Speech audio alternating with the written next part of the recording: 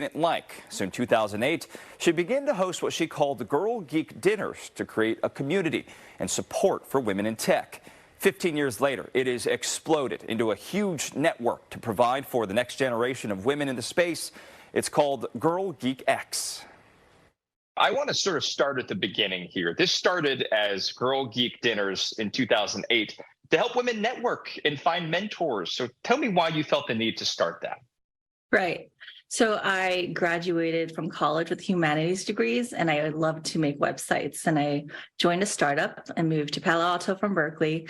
And I realized that there were so many people working in tech doing really exciting things, starting companies, working on fun projects, going to hackathons. But I was only seeing very few women on stage speaking at these events. And I was always, I don't want to say always, but oftentimes the only women in the room, working in engineering, working in product. So I wanted to find a place for other girl geeks like myself to meet together, have fun. So in 2008, I asked Google to host our first Girl Geek Dinner. 15 years, Girl Geek X has exploded. Thousands of women across hundreds of businesses. How proud are you of what this team has built from what just started as a chance to network? Yeah, I'm really excited that we have such a good team. My co-organizer, Sukrutha, she started her career as a QA engineer. And she came to Girl Geek Dinners herself looking for inspiration. And then she realized when she came to Girl Geek Dinners that she had to do more. She's like, I was such an active person in graduate school. I went to SWE, and now in industry, I didn't realize that I had to dig in my heels and do more research and look and do more work.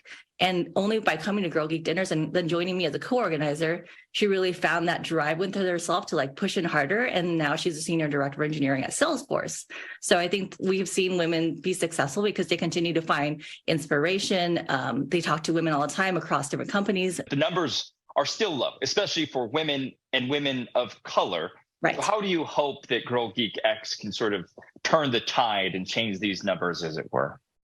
Right. So we do work with companies to help them come up with speaker rosters that are not all white and male. You know, the dreaded mantle. We definitely work with companies to make sure that their events are not just white and East Asian women speaking on these events. We are really working with them to have more representation. So that is a conversation we have with sponsoring companies on how to create the inclusive event to invite women of all, colors and stripes to your company. So a lot of people believe that you need a CS degree to get a job in tech, and I definitely don't believe that. I used to work at a coding boot camp for adult women, and I've watched women retool themselves and get jobs in technology from previous careers in mechanical engineering. Someone had a PhD in astrophysics or something different, and all these women found their way to working in tech.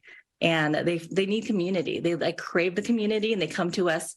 We had organized hackathons, startup weekends, and ways for women to connect and create projects and teams and meet each other and have mentors come in. So our mentors are often male and female who are industry professionals who are coming in to mentor these women and girls at these events. And then later, we are growing these people's networks. So they now know girls and women who are in tech. So when they are hiring, they will say, oh, I actually know these people. Let me go invite them to work at this company. So I think we're helping make bigger networks for the recruitment and retention of women. And we have so much fun elevating these women and hearing from them and kind of seeing the role models that we don't see every day